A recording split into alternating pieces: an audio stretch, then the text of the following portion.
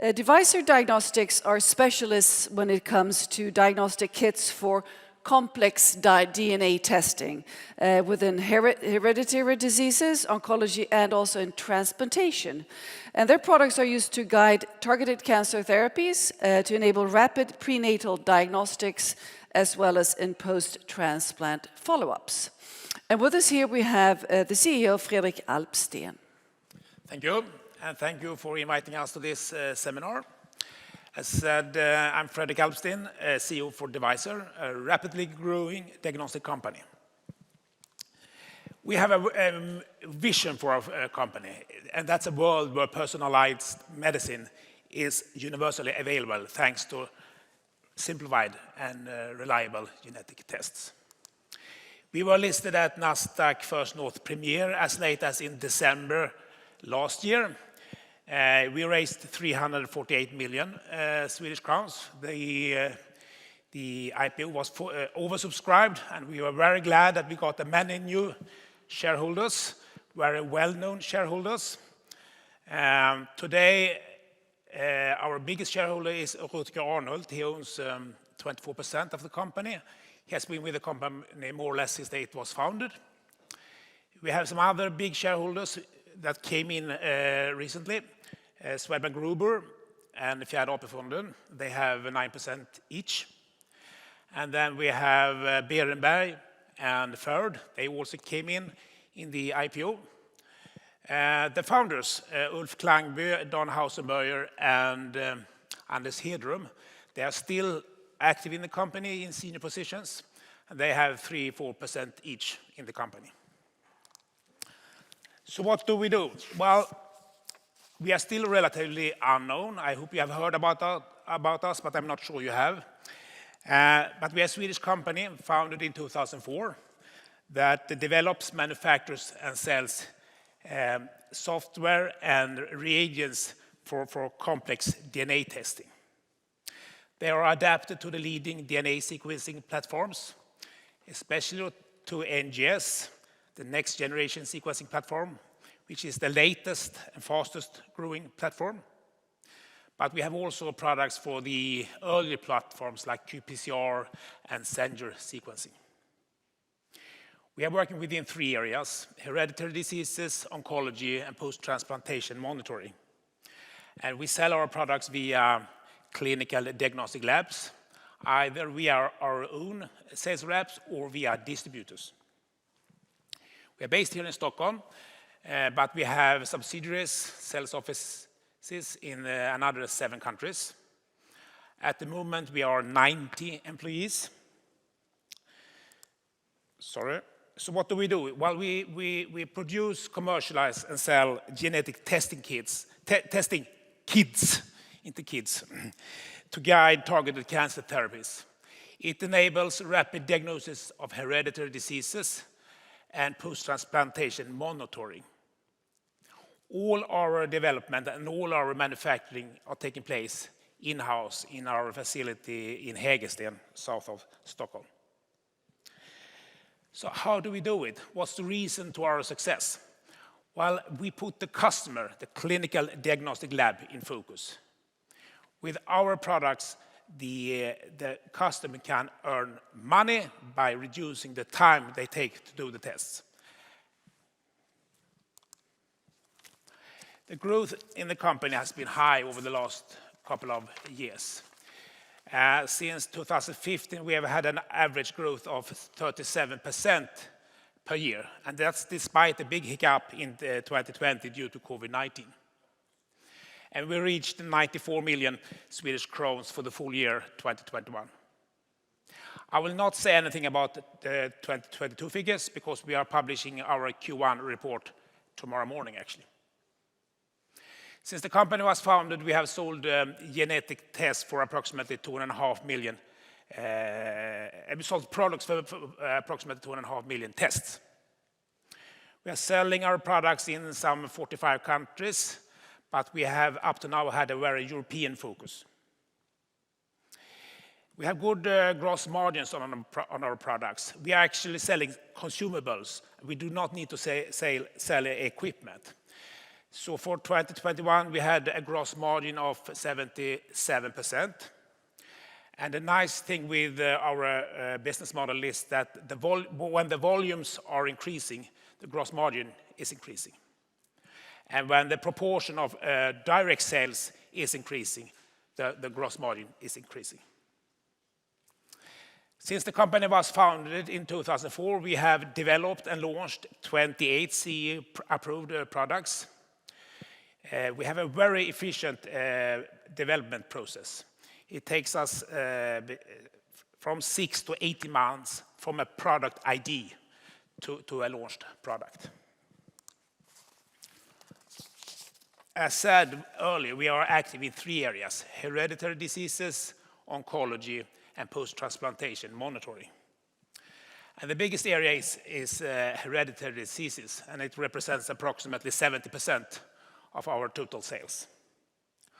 Although fetal diagnostic products, which are included in this area, still are important for us, we have over the last couple of years developed many products with high growth, such as tests for thalassemia, cystic fibrosis, and fetal RHD screening.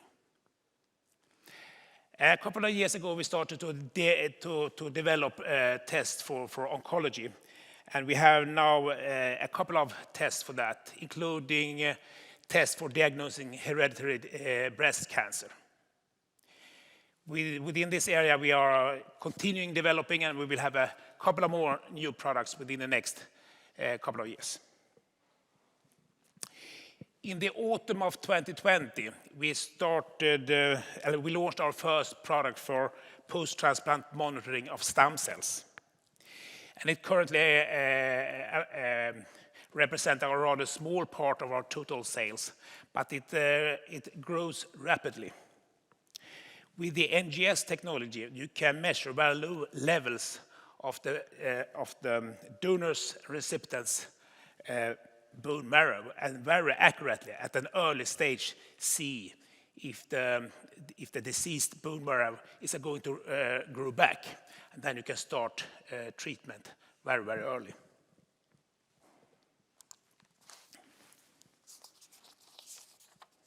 So what's the reason to our success? The principle for all our products, that's process excellence.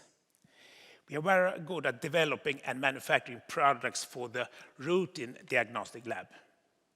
We do not address research labs where easily handling and fast processes are not that important. Our customers can be small specialized lab or big lab chains like Unilab and Synlab. Their whole business idea is to provide big volumes of accurate tests. And here is where we can make a difference with our products. We sell reagents that can simplify the lab's workflow and by that reducing the risk for errors, both by personnel at the lab, but also errors by robots. Not least that you mix up the different test results. We do this by offering very streamlined and simple processes. And it leads, as I said earlier, to that the lab saves time and money by using our products compared with the competitive products. And of course, we have 28 products, so there are differences between our different products, and there are also differences between different kind of competitors. But in general, you can say like this: with our products, you need less DNA to run a test than you need with a competitive product. With our products, you reduce the hands-on time from days to a couple of minutes. And with our products, compared with the competitive products, you also reduce the total time from when you take the test and when you can get the result back to the patient, from a couple of weeks to a few days. And as our products processes are so simple, also the training for the lab personnel, it's much, much shorter. For a competitive, it takes something like 12 to 18 months to train them around the test independently. But with our simple test, they can be up and running within 3 to 4 weeks.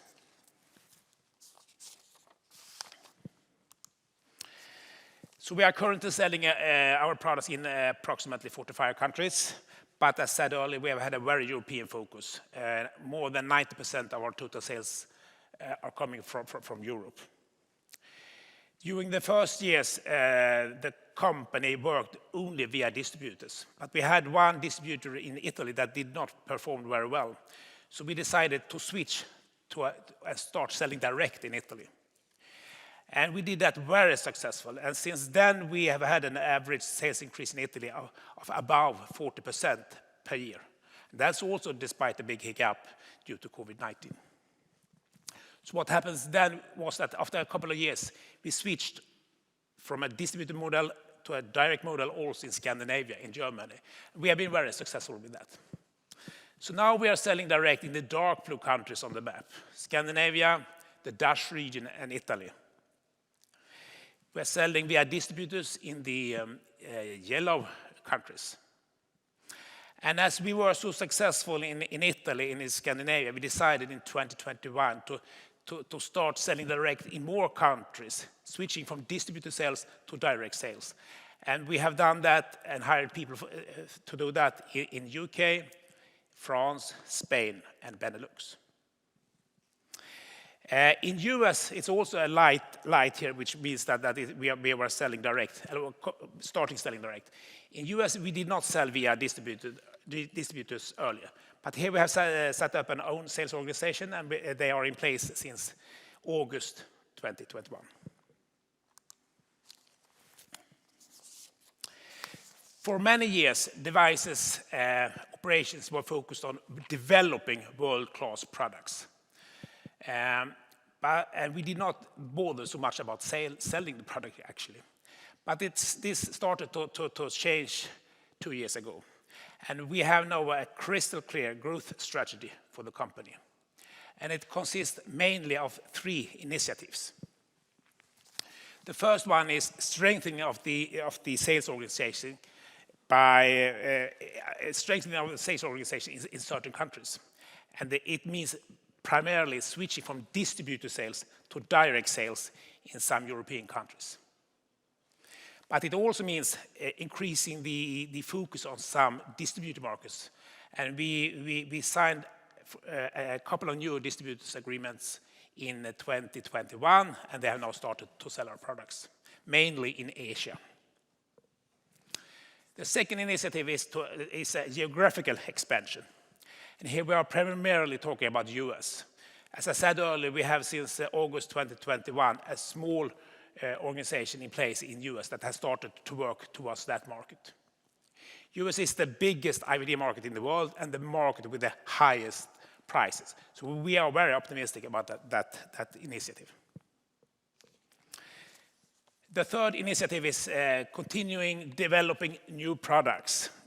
We have been very successful doing that during the last 17 years since the company was founded.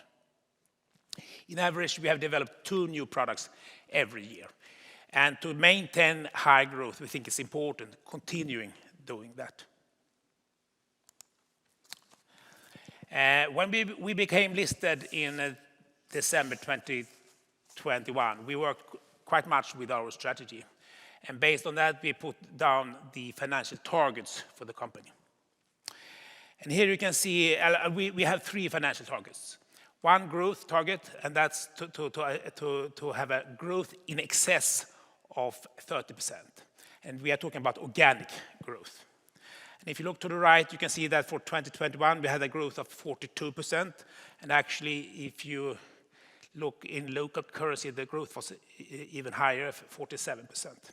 And as I said earlier, historically, we have had very good growth, 37%, 2015 to 2021.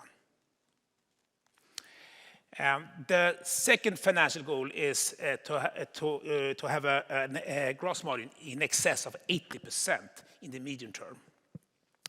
We are not here yet. We reached 77% in 2021. But I'm optimistic. Higher volumes will give higher gross margins, and a higher proportion of direct sales will give higher gross margin. Our last financial target is the EBIT margin, or operational margin. And here we have, in the medium term, it will be in excess of 20%. We think that we have a momentum now, and we are investing a lot in marketing and sales because we would like to be one of the first companies coming out with this kind of products. So that's the reason why we can run the company profitable, but we have decided to invest. And that's the reason why we have this target a couple of years ahead.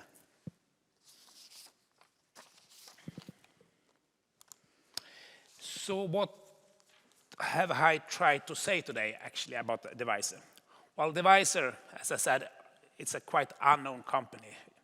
But we are a Swedish developer, manufacturer, and seller of advanced genetic test kits combined with software. They are adapted to the leading DNA sequencing platforms, especially to NGS, which is the fastest and growing platform. We have a proven business model that has given us high revenue growth over the more or less since the company was founded, actually in 2004. As you heard earlier, 37%, 2015 to 2021, and that's despite a big hiccup due to COVID-19. We have a focused and validated product portfolio with a strong, tangible value proposition. Since the company was founded, we have launched 28 CE-approved products. We actually give the lab something. They save time, and by that, they save money by using our products.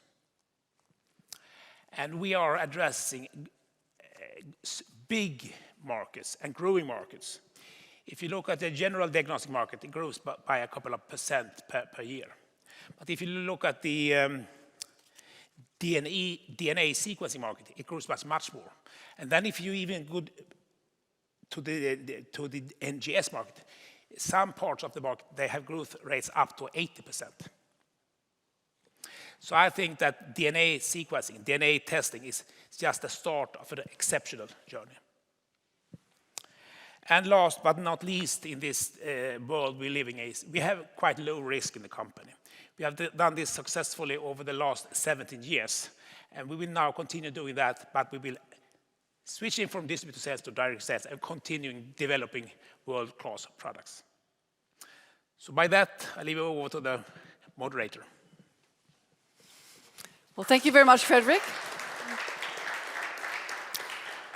Could you paint a quick picture for us about competition in your field? Yeah. As I said, we have 3 different areas: hereditary diseases, oncology, and post-transplantation monitoring. And we are also working within reagents and software. So you will find it's a mixed. But for example, we have 2 competitors that are active in more or less all of these areas. That's SOPHIA GENETICS and GenDx. So that's CareDx. So CareDx. That's 2 important competitors for us. And are they operational on the same markets? Yeah. They are, okay. And they have started earlier than we in the US, for example. So Fredrik, you painted a sort of a trajectory for the investors here, but if you would go a little bit further, let's say 5 years, where do you expect to be then? Yeah, I cannot say anything else than our financial targets, actually, but you can calculate yourselves. We are very optimistic, and I must say, financial target of 30% in growth and a gross margin above 80%, that's quite good, I would say, as a medtech company. Well, thank you very much for joining us here and presenting. Yeah, Thank you. Thank you.